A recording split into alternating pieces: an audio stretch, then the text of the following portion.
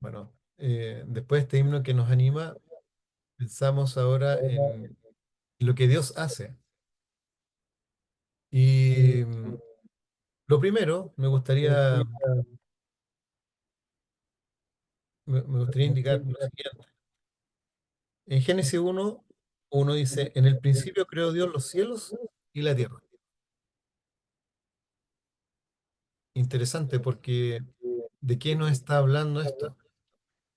Nos está hablando de la soberanía de Dios, que nosotros muchas veces la dejamos, no sé si de lado o no la consideramos o simplemente la vorágine constante del tiempo, la idea de estar siempre apurados, el estrés. Y dentro de eso también, como que realmente se nos va olvidando de que el Señor es el que dirige nuestra vida. Y es interesante porque eh, dirige nuestra vida, creamos o no creamos. Es decir, aquí la lluvia cae sobre buenos y malos, dice la Biblia. Ya, a todos nos cae el agua. Dios hace llover sobre todos. Entonces, quisiera presentar la siguiente ilustración al respecto, ¿ya? Pensando en esto. Eh, Se produce una conversación bien interesante y, y algo extraño un poco a la vez, porque dice que en esta conversación el uno le confiesa a otro que está caminando por la vida y una vida llena de pecados, qué sé yo, y, y que ha querido desconocer a Dios. Aquí no estoy diciendo si ambos son cristianos o no son cristianos, simplemente eso, ya en la ilustración. Ahora, por diferentes circunstancias, según él, le dice, quiero creer como tú, le dice, en ese Dios que salva, de su santidad, pero me siento sin fuerzas, sin sentir esa santidad en mi vida a causa de mis pecados, dice. Siento que caigo en un pozo más profundo cada día. Bueno, que lo está escuchando, le trata de animar, le dice, por ejemplo, entrega tus cargas a Cristo, le cita los versículos. Ya, más o menos nos damos cuenta que en esta ilustración le dice también, confía en ese Dios vivo, lleno de gracia, amor, que perdona nuestras iniquidades, dice, nos restaura y nos salva. Confiesa a todo aquel que es nuestro creador, dice. Ante estas palabras, la otra persona le dice, es que en realidad me siento apartado de Dios. Y, y le hace una reflexión, le dice, ¿acaso Dios me escuchará? Es que en realidad me siento muy mal, me siento terrible, como sin salida, le dice. Bueno, le contesta a la otra persona que sí, po, que Dios le va a escuchar, y que es importante acercarse con un corazón sincero, ya que Dios, nuestro Creador, siempre, siempre está no solo atento, sino que buscándonos, y que de seguro que Él lo quiere salvo, que vuelva a sus caminos, le dice. Y si no has caminado nunca en Él, te va a mostrar un camino, le dice. Así todo, ¿cómo estás? Así débil, herido, con dudas, porque solamente Él te puede sanar, le dice la otra persona. ¿Sabes qué? Finalmente le replica, te invito a que hagamos una oración. Hasta ahí la ilustración. En esta pequeña ilustración hay muchas cosas que se nos presentan. ¿Ya? Porque por un lado tenemos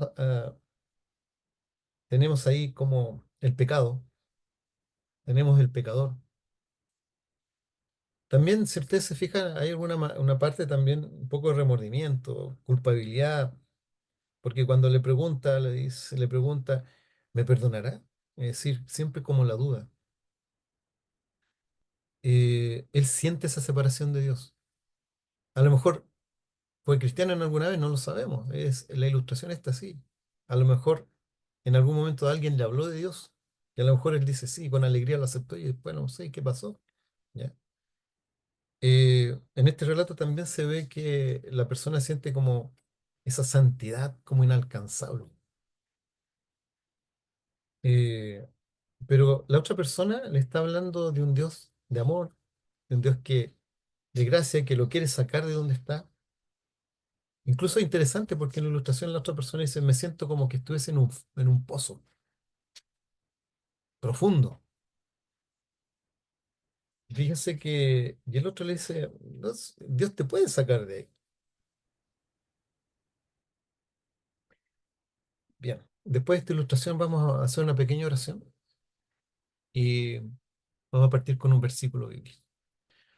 Padre amado, que moras en el cielo, santificado y glorificado sea tu nombre, Señor. Antes que todo, reconocer que tú eres nuestro Dios, nuestro Hacedor, nuestro Creador, Señor. Que tú mereces, Señor, toda la honra y la gloria por siempre, Padre Celestial. También nos queremos presentar ante ti, confesando, Señor, nuestras faltas, Señor, nuestros pecados. No audibles ahora, pero sí, tú sabes, Señor, que pecamos y te pedimos que nos perdones, nos limpies, Señor. Danos fortaleza para entender tu palabra, sabiduría de tu Santo Espíritu, Señor, para poder predicarla y que sean tus palabras, Señor, las que siempre fluyan a través de nosotros. Padre amado, que cada una de las personas que escuchan y las personas que no han podido estar presentes, tú les bendigas, Señor, y que los acompañe tu Santo Espíritu. Te lo pedimos en el nombre de Cristo Jesús. Amén, Señor. Amén. El versículo que, que tenemos que para compartir y partir de esto está en Isaías 6, verso 3. Bueno, antes de eso parte un poco en el versículo 2. Habla de unos serafines, ¿ya? Unos serafines se mantenían erguidos por encima de él. Cada uno tenía 6 alas. Con un par se cubrían la faz, con otro par se cubrían los pies y con otro par aleteaban. Y se gritaban el uno al otro, Santo, Santo, Santo, Jehová de los ejércitos. Llena está toda la tierra de su gloria. Fíjense que eh, el Señor quiere que nosotros seamos santos, pero se nos produce la paradoja. ¿Cómo? Si en la palabra del Señor también eh, dice que no hay nada bueno en nosotros. Pero fíjense que cuando nosotros nos vamos a la palabra del Señor y, por ejemplo, vemos en San Juan 17:17 que dice, santifícalos en tu verdad, tu palabra es verdad. Por lo tanto, el Señor, ¿qué nos deja a nosotros? Tanto para los que caminamos en el camino del Señor como para los que están mirando o se quieren acercar o definitivamente no se quieren acercar, pero en algún momento dado alguien les va a hablar de esto. Y nosotros tenemos hoy día la palabra de Dios para guiarnos. También eh, en Oseas 6 dice, porque yo quiero amor, no sacrificio, conocimiento de Dios más que holocaustos. Por lo tanto, si nosotros queremos caminar hacia un camino de santificación, tenemos que conocer al Dios que está guiándonos. Y esto, partiendo en Génesis, cuando, por ejemplo, Adán y Eva, nuestros primeros padres, pecaron, ¿acaso no conocían a Dios? Sí lo conocían. Sabían qué podía y qué no podía hacer, porque de seguro que las conversaciones y la enseñanza que tuvieron directamente de Dios, eh, infinito, o sea, infinito conocimiento, más que nosotros.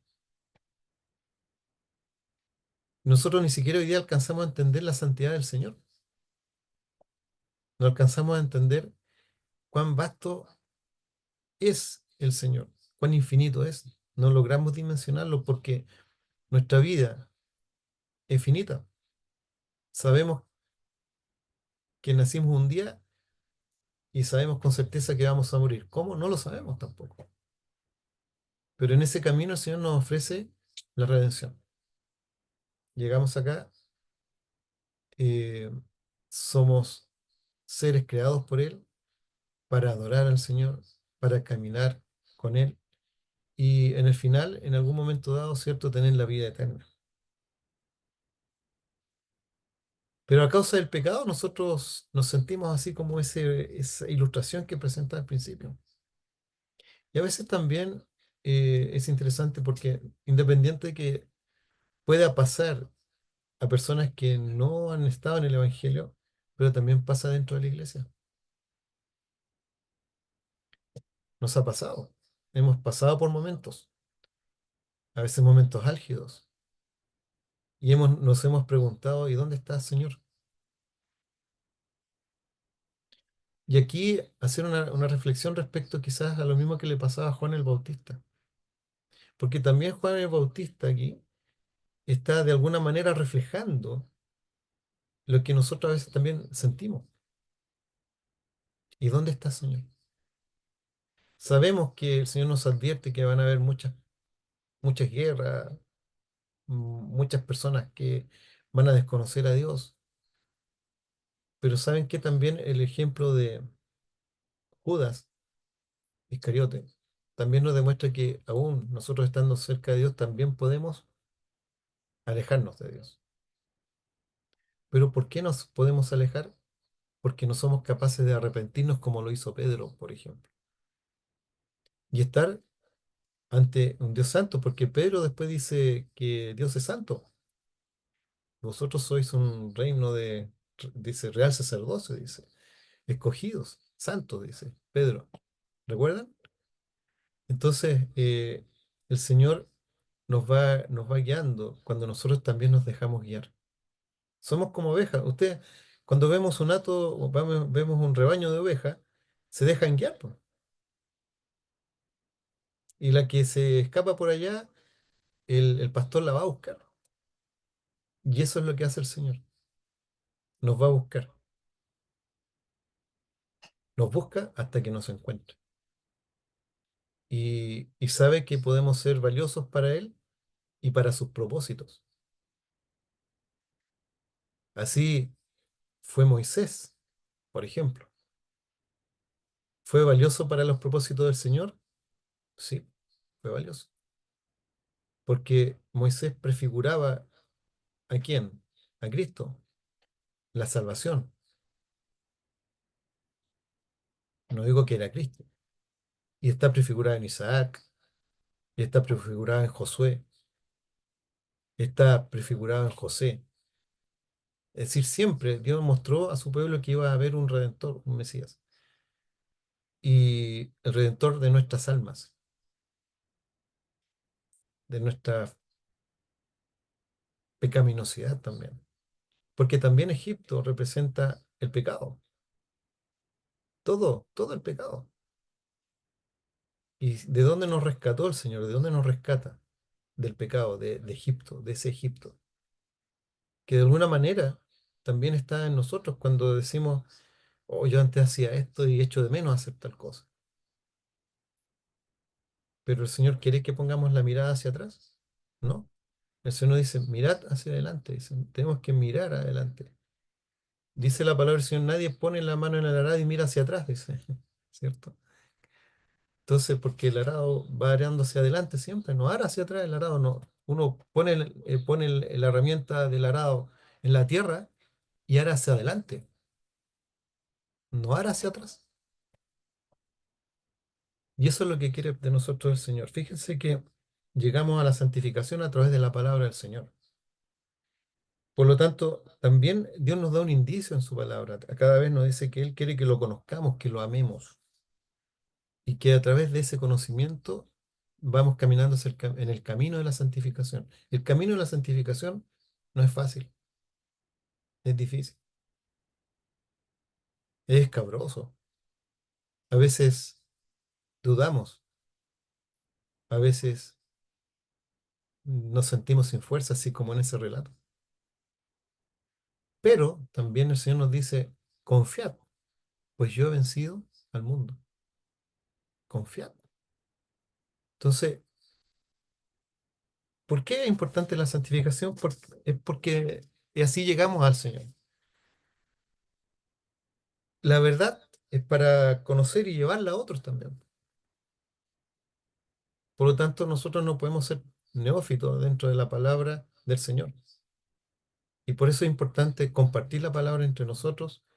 Y si estamos en algún error, el hermano nos dice, hermano, usted no está bien lo que usted está diciendo. Y nosotros tenemos que ser humildes para decir, sí, hermano, tiene razón. ¿En qué me equivoqué? Muéstrame el error. Porque nosotros no nos predicamos a nosotros, nosotros predicamos a Cristo. Predicamos la palabra del Señor. Nosotros no somos el mensaje somos los mensajeros. Por lo tanto, es una gran responsabilidad cuando a mí me dicen si puedo predicar, es una gran responsabilidad. O sea, uno no puede llegar así nada más, porque uno está así como está frente a un Dios santo, porque primero es para Dios, mis hermanos después. Ahora, la palabra, ¿qué debemos hacer?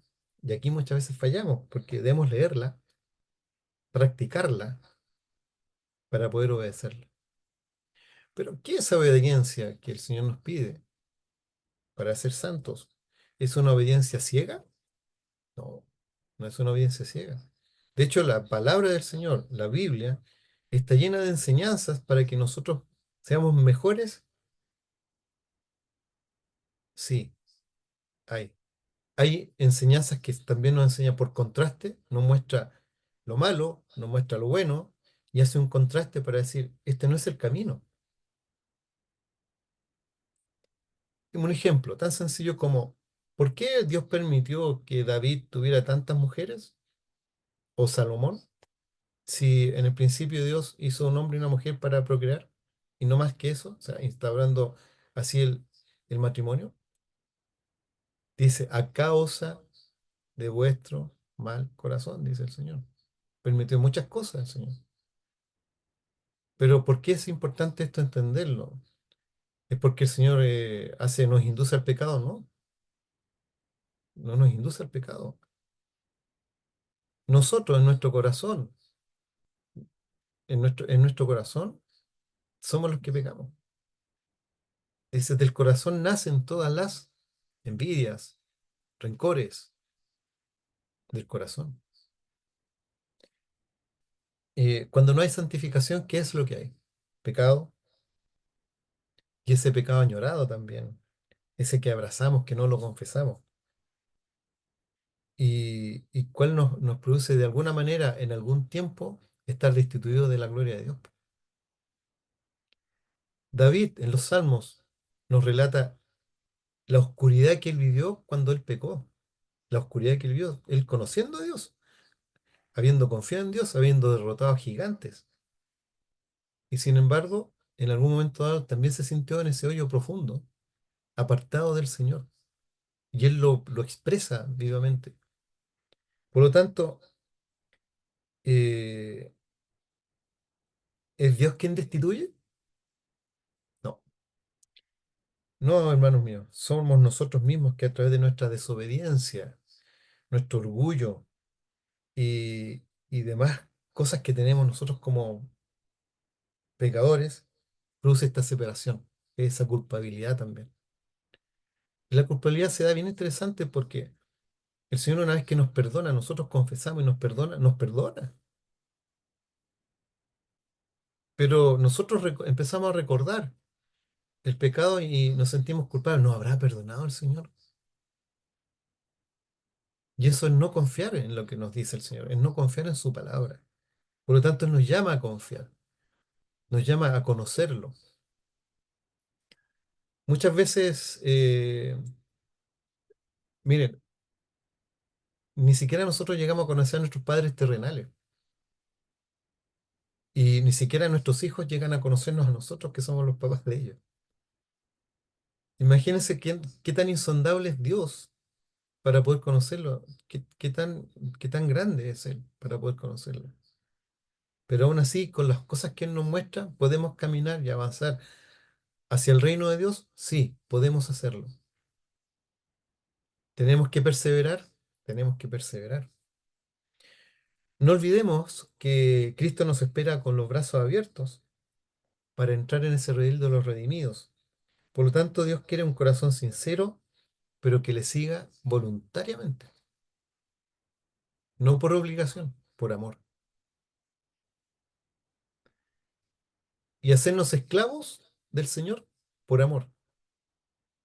Y caminar en esa santificación, a pesar de todas las dificultades, por amor al Señor. ¿Tenemos esperanza, por lo tanto? Sí. Eh, en esa ilustración primera se veía todo sin esperanza, pero hay una esperanza, sí, hay una esperanza. ¿Y tenemos fe? Claro que tenemos fe. Y tenemos que traspasar esa fe a las personas.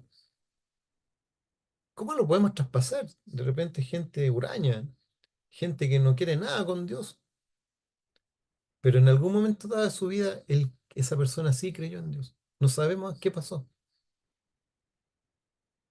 En ese momento esa ovejita caminaba en algún momento dado pensando en Dios. No estoy hablando de una denominación, pero sí pensaba cristianamente y él caminaba con Dios. ¿Qué le pasó?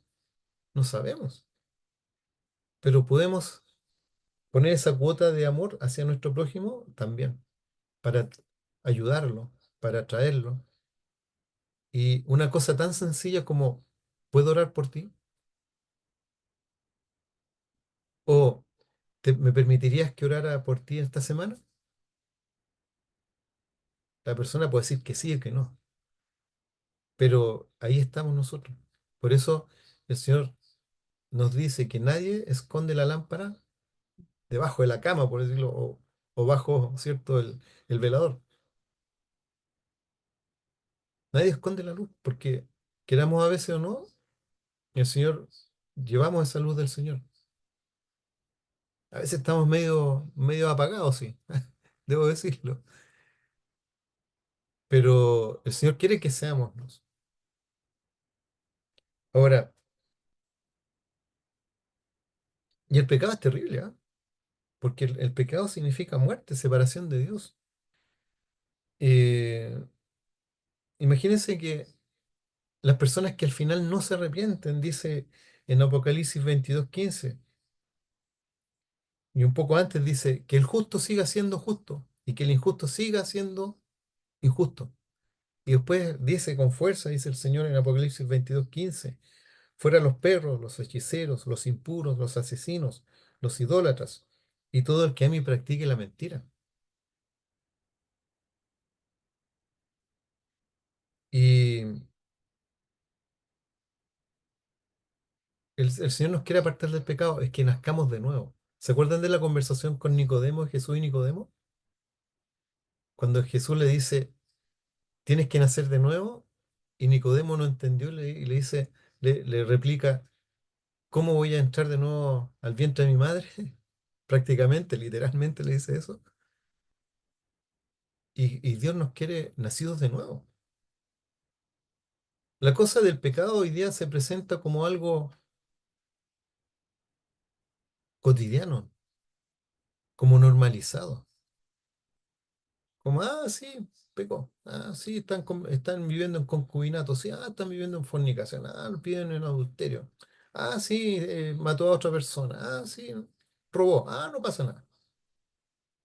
Pero el trato del Señor con el pecado es serio. Porque el Señor a su pueblo lo quiere que Él quiere un pueblo santo, quiere personas santificadas, los que lo acepten. Porque tampoco lo obliga a nadie. Y fíjese que los pecados que hay, imagínense, Efesios eh, 5:5 nos dice que la idolatría es fornicar, inmundicia y avaricia. La idolatría la centra en tres elementos: fornicar, inmundicia y avaricia. Y después nos habla de la mentira, el engaño, el matar, el adulterar, el codiciar.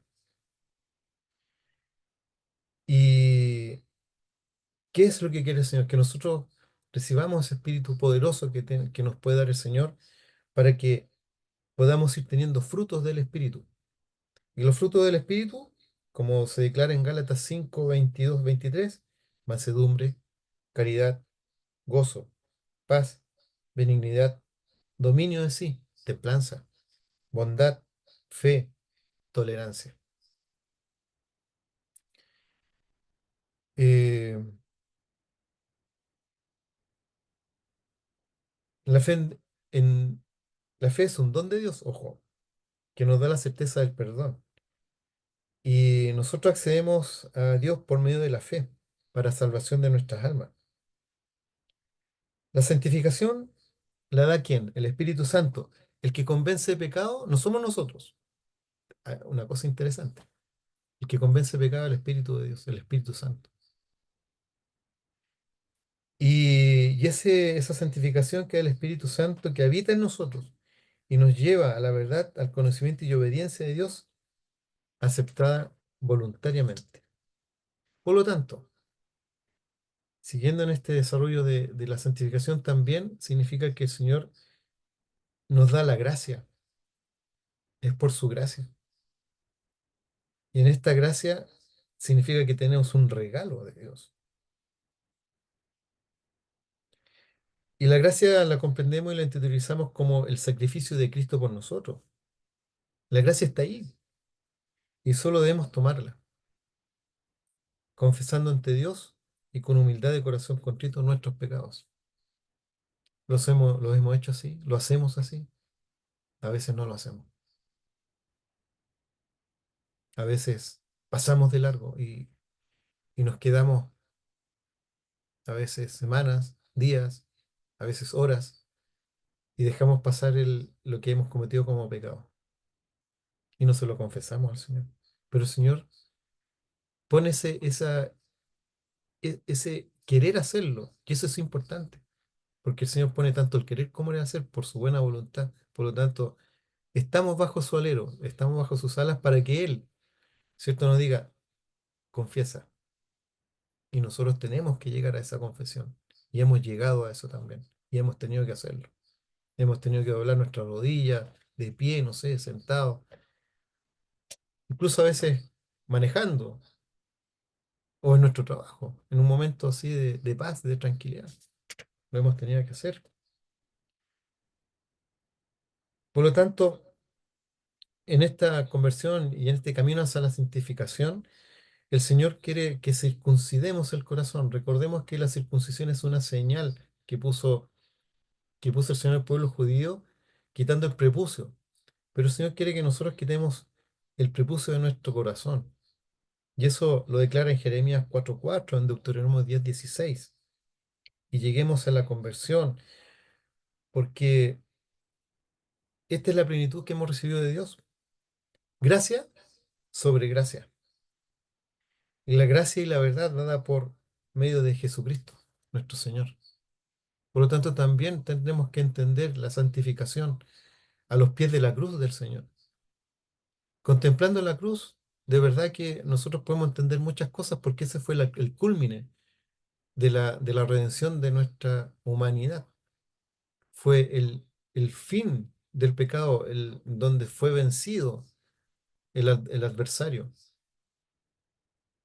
para redención nuestra, en donde Cristo pagó con su sangre por cada uno de nosotros que estamos acá, y por los que hemos de llegar, y por los que estaremos después, y por los que no creen también el Señor derramó su sangre. Por lo tanto, tenemos, por medio de la sangre de Cristo, redención. Y fíjense que en esta redención significa también que estamos siendo santificados, porque por la aspersión de sangre se santifican también los elementos del tabernáculo, ¿se acuerdan? Eran dedicados y santificados. Por lo tanto, el Señor al derramar su sangre, nosotros aceptar su sangre, somos también asperjados por esta sangre y santificados para sus propósitos.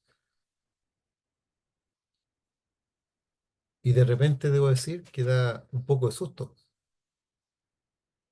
porque a veces uno, y lo voy a decir humanamente, y Señor, tú sabes que a veces esas cosas están en el corazón de uno, uno no lo dice, pero uno dice, y el fin que tuvieron nuestros apóstoles, nuestros hermanos, Juan, Pablo, Lucas, Mateo, pero el mismo fin que tuvo nuestro Señor. Pero ¿qué es mejor? ¿Qué es lo mejor que estamos eligiendo? ¿Hacia dónde caminamos? ¿Cuál es nuestro propósito? ¿Cuál es nuestro objetivo? ¿Acaso no es la vida eterna? A mí me encantaría, por ejemplo, preguntarle un día a Moisés, Moisés, ¿qué te pasó? ¿Cómo fue todo? Cuéntame. O Noé, ¿cómo fue que llegó a lo que hizo? O simplemente a Adán a preguntarle, ¿qué pasó, Adán? O Eva, no sé, ¿te fijas? Pero hay un propósito también que tiene el Señor para con nosotros. Por lo tanto, ¿cuál es nuestra misión? Imagínense, el Señor nos quiere santos y nuestra misión es ser sal y luz en este mundo. Predicar el Evangelio con la certeza del Espíritu Santo, pero también con conocimiento de Dios. Porque tenemos que recordar que también el adversario conoce la Biblia y que la utiliza y muchas veces la utiliza a su amaño. Y también sin temor a decir soy cristiano y decir Cristo es el que me sustenta. Hebreos 13:5. No te desampararé ni te dejaré, dice el Señor. Por lo tanto, somos llamados a estar con el Cordero donde quiera que Él vaya y también a ser santos. Porque sin fe es imposible agradarle a Dios. ¿Qué queremos hacer nosotros? ¿Cómo vamos a caminar? ¿Cómo vamos a seguir caminando? ¿Qué hemos prometido al Señor y qué no hemos cumplido? ¿En qué nos ha llevado las circunstancias de la vida? Y a veces yo lo digo también en forma personal y que no me he apartado del camino, pero sí como que me he desviado por un lado y nos pasa. Por lo tanto, tenemos que estar, hermanos, firmes, tomados de su mano y seguir adelante. Que el Señor les bendiga, hermanos, y que nos bendiga nuestras vidas y que recordar que el Señor es bueno todo el tiempo y todo el tiempo el Señor es bueno. Amén.